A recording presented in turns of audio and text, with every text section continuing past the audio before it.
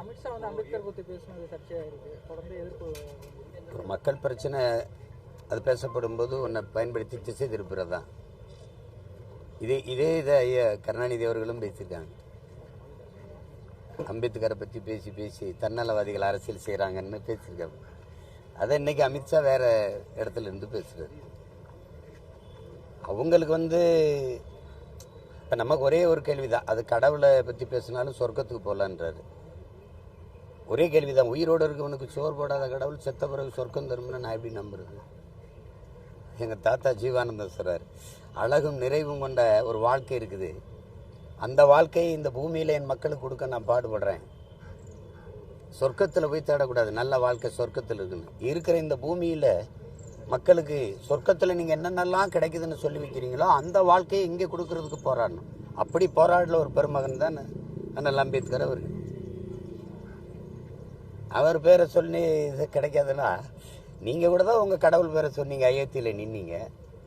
கடைசி அம்பேத்கர் பேரை சொன்னவர் தான் ஜெயிச்சார். இப்போ நாங்கள் யார் பேரை சொல்ல? கடவுள் பேரை சொல்லி தானே நீங்கள் நின்னீங்க அயோத்தியில்.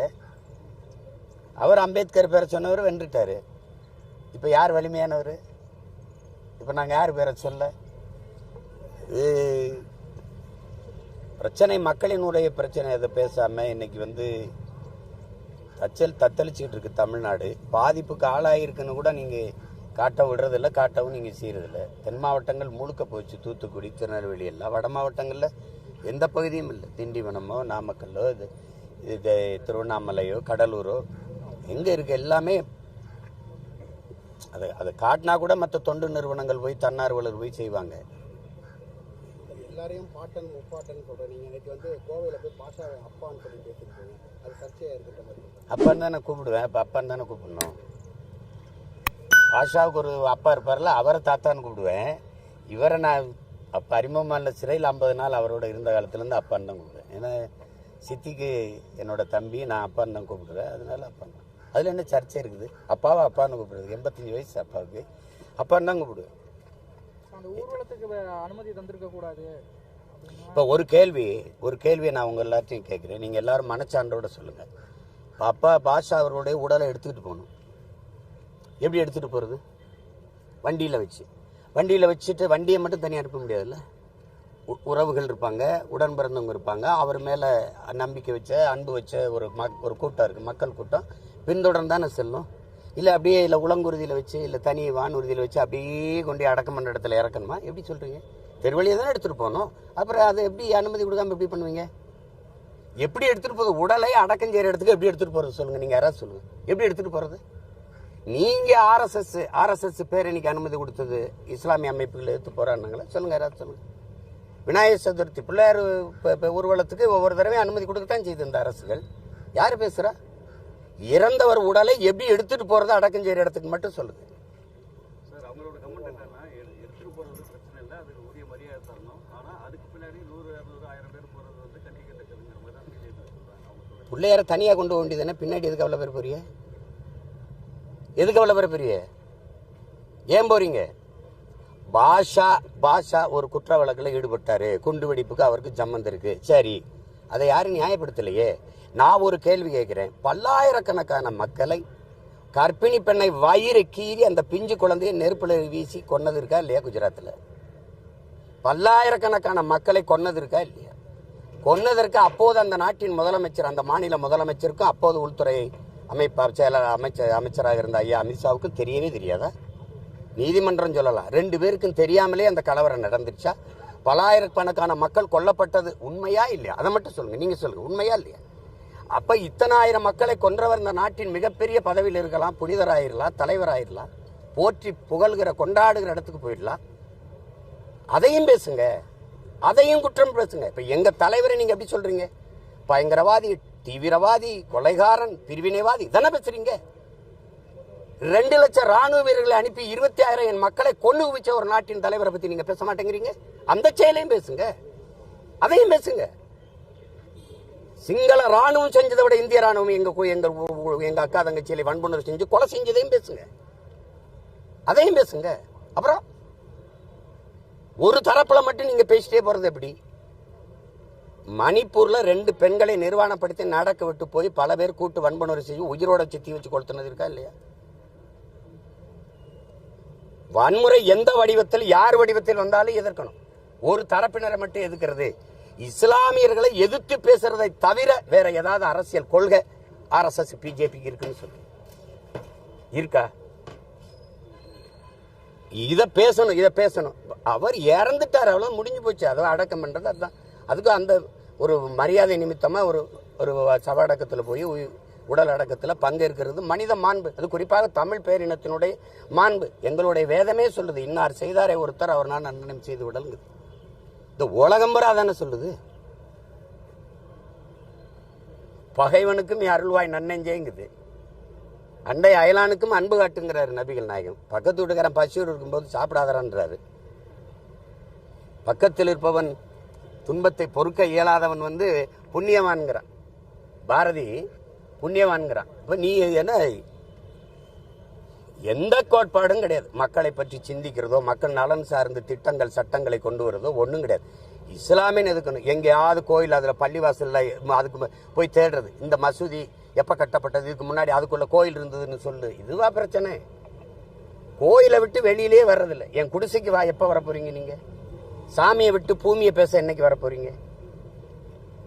சாதி மதங்கடை கடந்து மானுடத்தை என்னைக்கு நேசிக்க போறீங்க? என்னைக்கு வர போறீங்க? அதை பத்தி பேசுறதே இல்லையே.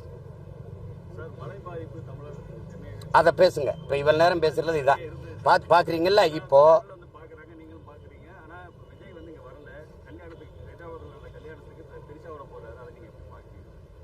அதை விட்டுருங்க. இப்போ நான் தம்பி போகாததில் எனக்கு வருத்தம் இல்லை. நான் கூட சொன்னேன், அவர் என்ன பாதிக்கப்பட்ட மக்களை பார்க்க போனால் அவரை பார்க்க ஒரு கூட்டம் கூடிச்சுன்னா அது கஷ்டமாயிடும். காவல்துறைக்கும் கட்டுப்படுத்த முடியாது.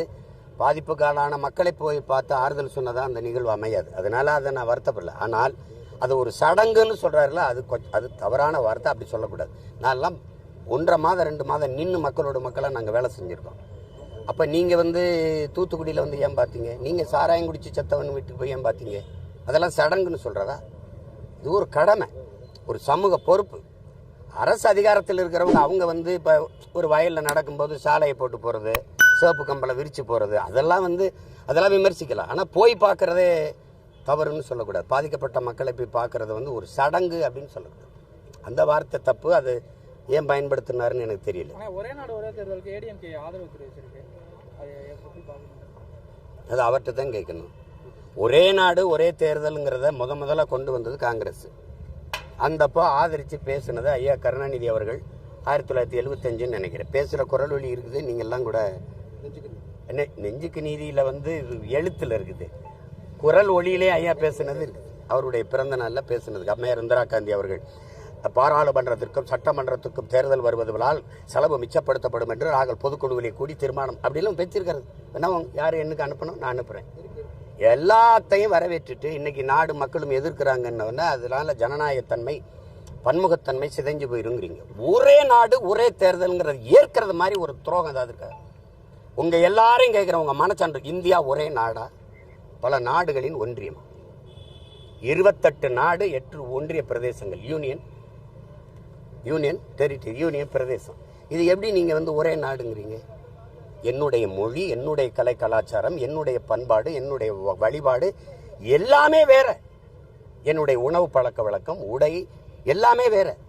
இங்க பாருங்க, ஒரே முக்குளத்தோர்னு ஒரே சமூகம் தானே, ஒரே சமூகமா தானே நீங்க பாக்குறீங்க. தேவர் தானே. அகமுடையர் மறவருக்கு பொண்ணு கொடுப்பாரு. அகமுடையர் அக்கா மகளை கட்ட மாட்டாங்க. அக்கா மகளை கட்டுவாங்க, மறவர் கட்ட மாட்டாங்க. கல்லர் கட்டுவார். இது ரெண்டுக்கு மாறுபடுதா இல்லையா? சொல்லுங்க.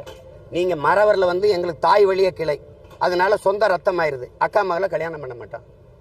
அகமுடையர்ல அக்கா மகளை திருமணம் பண்ணுவாங்க, கல்லர்ல அக்கா மகளை திருமணம் பண்ணுவாங்க. ஒரே சமூகத்துல இவ்வளவு மாறுபாடு இருக்குது. நீ அதை விட்டுட்டு ஒரே நாடு ஒரே இதெல்லாம் என்னது? ஒரே ரேஷன் கார்டை நீங்க ஏற்றிருக்கணும், ஒரே வரியை ஏற்றிருக்கணும், ஒரே கல்விக் கொள்கையை ஏற்றிருக்கணும். அப்பவே ஏற்றிருக்கணும்ல.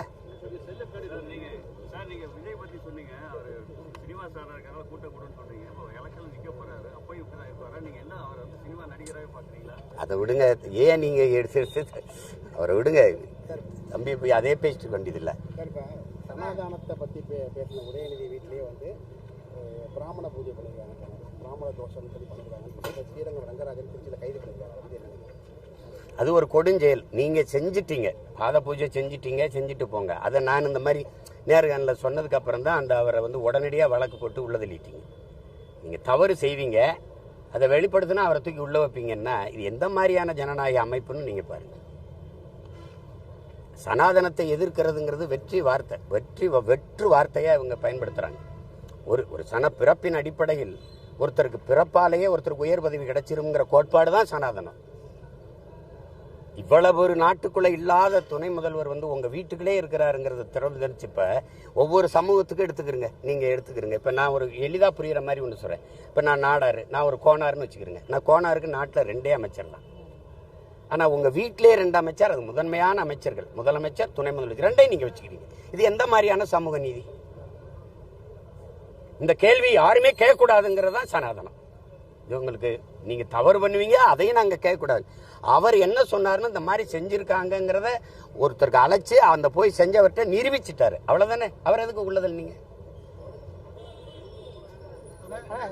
பல்கலைக்கழக துணைவேந்தர்கள் தேடுதல் குழு தமிழ்நாடு அரசு அமைச்சது தப்பு, அதை திரும்ப பெறணும் நேற்று ஆளுநர் தமிழ்நாடு அரசு அதெல்லாம் இல்லை. இது ஆளுநர் அவர் அந்த அதிகாரத்தை அவருக்கு வேணும் பெறுது. அதை நம்ம ஏற்க முடியாது. ஒரு கேள்விதானே தம்பி, ஒரு கேள்விதான். இது மக்களாட்சி, ஜனநாயக நாடுங்கிறோம், மக்களுக்கான அதிகாரம்ங்கிறோம். மக்களால் தேர்வு செய்யப்பட்ட 8 கோடி மக்களால் தேர்வு செய்யப்பட்ட மக்களின் பிரதிநிதித்துவத்தை பெற்ற ஒரு அரசுக்கு இல்லாத அதிகாரம் ஒரு நியமன உறுப்பினருக்கு இருக்குங்கிறத நம்ம ஏற்க முடியாது. அது சரியான ஜனநாயகம் இல்லை, மக்களாட்சியும் இல்லை, மக்களாட்சிக்கு நேர் எதிரானது. அதனால இப்ப தமிழ்நாடு அரசு நியமிக்குதுன்னா அதை நம்ம ஆதரிக்கணும். அதுதான் சரியானது. நீங்க ஒவ்வொன்றுக்கும் நாங்க சட்டசபையில தீர்மானம் போட்டு ஒரு சட்டம் இயற்றி உங்களுக்கு முன்னகர்த்தும் போது நீங்க கையெழுத்து போட மாட்டீங்கன்னா இது என்ன வேலை? இது சொல்லுங்க. நாங்க தானே மக்களால் தேர்வு செய்யப்பட்ட ஒரு அதிகாரம் தான் மக்களுக்கான நலத்திட்டத்தை, மக்களுக்கான சட்டத்தை வரைய முடியும். அப்ப அதை அங்கீகரிக்கிறது தான் உன் வேலை. நீ அதை போட முடியாது, அதை செய்ய முடியாதுன்னா அதெல்லாம் சேட்டை. அதனால அதை ஆளுநர் சொல்றது நம்ம ஏற்க முடியாது. தமிழ்நாடு அரசு நியமிச்சதை இலங்கை அதிபர் டெல்லி வந்துட்டு அதுதான் இப்போ அது நியாயமானது. எப்படின்னா அங்க இவங்க அதானிக்கு அந்த காற்றாலை மின்சாரத்தை அங்கே நிறுவுறாங்க. நம்ம கடற்கரை ஓரத்துலையும் மலையடி வாரங்களையும், குறிப்பாக நம்ம நிலப்பகுதியில். அதுக்காக பேசுறதுக்கு அவர் அழைச்சிருப்பாங்களே ஒன்றும் இல்லை. ஆனால் நம்ம வைக்கிற கோரிக்கை அவங்க சொல்றதை பாருங்க. மீனவர் சிக்கலை மனிதாயமான அடிப்படையில் அணுகிறது, பேசி தீர்வு காண்றதுன்னா எந்த மான அடிப்படையில் நீங்க 850 பேர் எங்களை சுட்டீங்க? எனக்கு என்ன மனிதாயமானம் இருக்குது? எனக்கு உரிமை தான் அங்கே இருக்குது. கச்சத்தீவை எடுக்கிறத தவிர என் மீனவ மக்களுக்கு, என் சொந்தங்களுக்கு அங்க பாதுகாப்பும் இல்லை, வாழ் உரிமையும் இல்லை. கச்சத்தீவு எனக்கு என்றால் என்னுடைய கடல் பரப்பு தூரம், கச்சத்தீவு அவனுக்கு என்றால் அவனுடைய கடல் பரப்பு தூரம். இப்போ அதான் இங்கே இருக்கிறது. நான் எல்லை தாண்டி வர்றேங்கிறதான் ஒரு குற்றச்சாட்டு. உங்களுக்கு துணிவு கிடையாது. எல்லை தாண்டி கேரள மீனவன் போறானா இல்லைன்னா பதில் இல்லை. போறான். அவனை ஏன் வலை பறிக்கிறது இல்லை, சுடுறது இல்லை, படகு பறிக்கிறது இல்லை, கைது பண்றது இல்லை? அதாவது ஒரு காரணம் சொல்லணும்ல. அப்போ எல்லை தாண்டி வருவான் மீனவங்கிறது சிக்கல் இல்லை, தமிழனுங்கிறதான் பிரச்சனை. அதை கேட்க முடியல. அப்போ நீங்க கச்சத்தீவு யாருடையது? இந்தியாவின் சொத்தா? யாராவது சொல்லுங்க. இல்ல எங்க பாட்டன் சேதுபதி மன்னனுடைய சொத்தா? என் நிலம், என் பூர்வீக நிலம், என் பாட்டனுக்கு, அது பேரம்பேத்திகளுக்கு சொந்தம். நீங்க மன்னர் மாணி ஒழிப்புல எடுத்துக்கிட்டு நீங்க ஒரு தீர்மானம் போடல, ஒரு விவாதம் பண்ணல, டப்புன்னு எடுத்து கொடுத்து விட்டீங்க. அப்படித்தானே? எதேச்சியா எடுத்து அப்படியே கொடுத்து விட்டீங்க. அது 99 ஆண்டுக்கு லீஸு கொடுத்தாதான் சொல்றாங்க, லீஸ் ஒப்பந்தத்துல. இப்ப அவன் அப்படிலாம் ஒப்பந்தம் இல்லைன்னா அவங்க சொல்றாங்க. இத்தனை நாடு நீங்க சொல்லுங்க, இத்தனை இவ்வளவு பெரிய நாடு, இந்த நாட்டின் குடிமக்கள்ல இவ்வளவு பேரை சிறைபிடிக்கிறான், மொட்டை அடிக்கிறான். அந்த அவமானம் மொட்டை அடிக்கப்பட்டவனுக்கு இல்ல, இந்த நாட்டை ஆளுகிற அதிகாரங்களுக்கும் தலைவர்களுக்கும் தான். ஒரே சங்கிலியில 12 பேரை இழுத்துக்கிட்டு போறான். எங்களுக்கு துடிக்குது, ஏன்னா ரத்தம் ஒன்னா இருக்கு. நீங்க அதை பத்தி கவலைப்படவே இல்லையே, கண்டிக்கவே இல்லையே. ஒரே ஒரு கேள்வி உங்க எல்லாத்தையும் கேட்கிறேன். குஜராத்தில் ஒரு மீனவனை கைது பண்ண பிறகு பாகிஸ்தான் கடற்படையை விரட்டி போய் இந்திய கடற்படை ராணுவம் பிடிச்சு திருப்பி கொண்டு வந்துச்சா இல்லை? அதை மட்டும் பண்ணுச்சுல்ல. அதே மாதிரி 850 மீனவனை சுட்டிருக்கு, பல மீனவர்களை விரட்டி கைது பண்ணுது. ஒரு தடவையாவது அங்க நிக்கிற கடற்படை ராணுவம் எங்கள் மீனவ சொந்தங்களை கைது பண்ணும்போது தடுத்து பிடிச்சு மீட்டு கொண்டு வந்ததுங்கிற செய்தி நீங்க யாராவது படிச்சிருக்கீங்களா? அப்புறம் நான் இந்த நாட்டின் குடிமகனா இல்லையாங்கிற கேள்வி எழுமா எழாத? அதை மட்டும் சொல்லு. நான் வரி கட்டணும், வாக்கு செலுத்தணும், என் நிலத்தின் வளத்தை நீ சுரண்டி கொண்டு போகணும். எனக்கு உயிர் இல்லை, எனக்கு உணர்வு இல்லை, எனக்கு உரிமை இல்லை, எனக்கு வாழ்க்கை இல்லை. என் வாழ்க்கையை பத்தி நீ கவலைப்படாத. நீ வாக்கு கட்டி எப்படி வெக்கம் இல்லாம என் வீட்டுக்கு வர? எப்படி வர?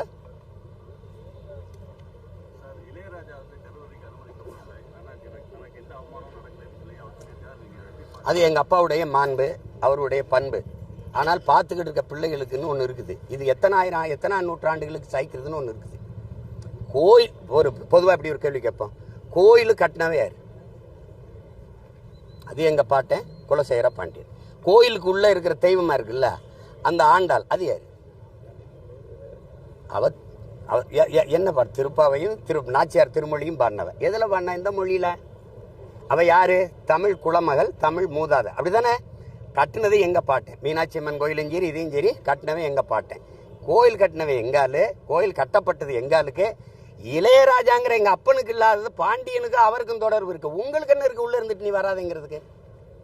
நீ என்ன பண்ண? செங்கல் எடுத்து கொடுத்தியா? இல்ல என்ன உனக்கு என்ன சம்பந்தம்? கேட்டா விதியை விதிச்சது யார்? விதியா சதி? இந்த விதியை வகுக்க நீ யார் முதல்ல?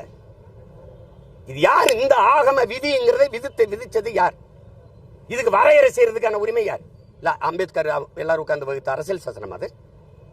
சொல்லுங்க. இதை மீறக்கூடாத சட்டத்தின்னு சொல்றதுக்கு சொல்லுங்க. நீங்க கேட்டா நீங்க ஐசியூல உயர் சிகிச்சை பிரிவுகள் எப்படி வரக்கூடாது, அங்க மருத்துவர் தான் இருக்கு. அது சுகாதாரம் சம்பந்தப்பட்டது, நோய் தொற்று சம்பந்தப்பட்டது.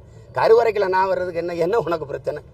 எத்தனை ஆண்டுகளுக்குங்க? இந்த நூற்றாண்டுலயும் இந்த கொடுமையை நீங்க தொடருவீங்கன்னா எப்படி சகித்துக்கிற சொல்றீங்க நீங்க? எப்படி இது? இதுக்கு சப்பகட்டு அது அது ஆகம விதி. சரிங்க, அந்த விதியை விதிச்சது யார்? விதியா சதியா? எனக்கு பதில். ஆகம விதியை இவர்கள் உட்கார்ந்து வகுத்தார்கள். ஏன் வகுத்தார்கள்? நான் வரக்கூடாதுங்கிறது ஒரு விதியா? அது சதி. எத்தனை காலத்துக்குங்க இந்த இடஒதுக்கீடு முறை ஏன் வந்தது? சீமான் இந்த தெருவில் போகக்கூடாது, அவன் ஏழைங்கிறதுக்காக போகக்கூடாது, இந்த குளத்துல குளிக்க கூடாது, ஏழைங்கிறதுக்காக குளிக்க கூடாது, இந்த கோயிலுக்குள்ள வரக்கூடாது, ஏழைங்கிறதுக்காக வரக்கூடாதுங்கிறது இல்ல.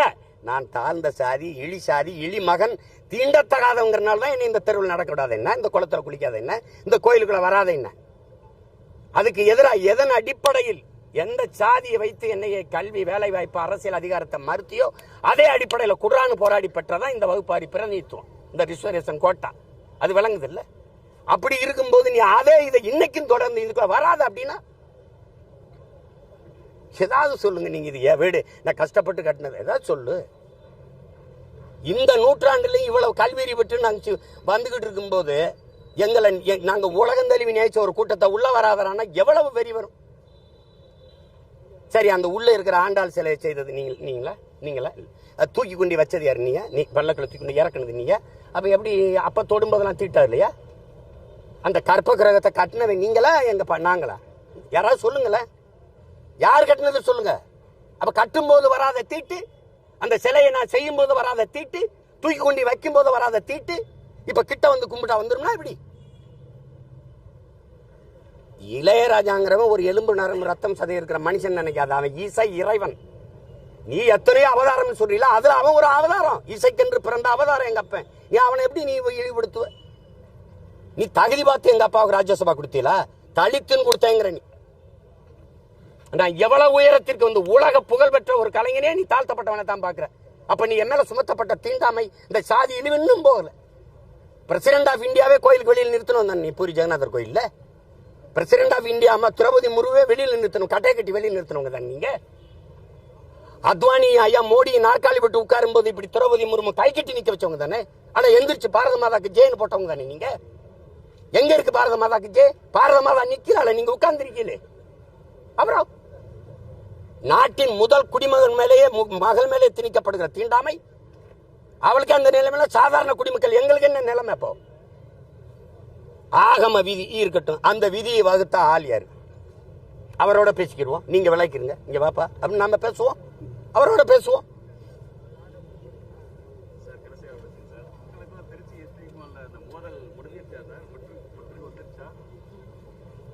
முற்றும். அதிமுகவை காப்பாற்ற கிழக்கு இடைத்தேர்தலில் நீங்க போட்டிருக்கீங்களா? அது போட்டிடாம எப்படி இருப்பேன் சொல்லுங்க.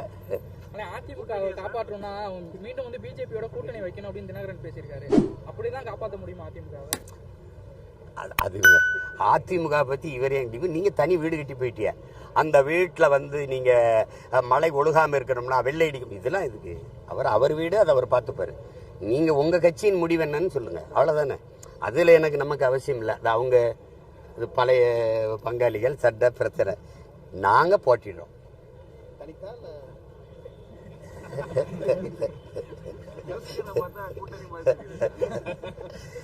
சரி, நான் யார் கூட வைக்கலாம், யாராவது சொல்லுங்க. பொறுப்பு புரிஸ் த ரெஸ்பான்ஸ். ஏற்கிறவர்களோட வைக்கலாம். என் தலைவன் பிரபாகரன்கிறேன். யாராவது ஏற்கிறீங்களா சொல்லுங்க. யாராவது என் பக்கத்துல அனுப்பியலா சொல்லுங்க. எந்த ஆட்சியிலாவது எங்க தலைவர் படத்தை பதாகையில வைக்க அனுமதிக்கிறீங்களா? பிறந்த நாளைக்கு ஒரு சூரட்டி ஒட்ட விடுறீங்களா? இதெல்லாம் ஒரு கொடுமை. நீங்க சரி போதும்னு நினைக்கிறேன். நல்லது.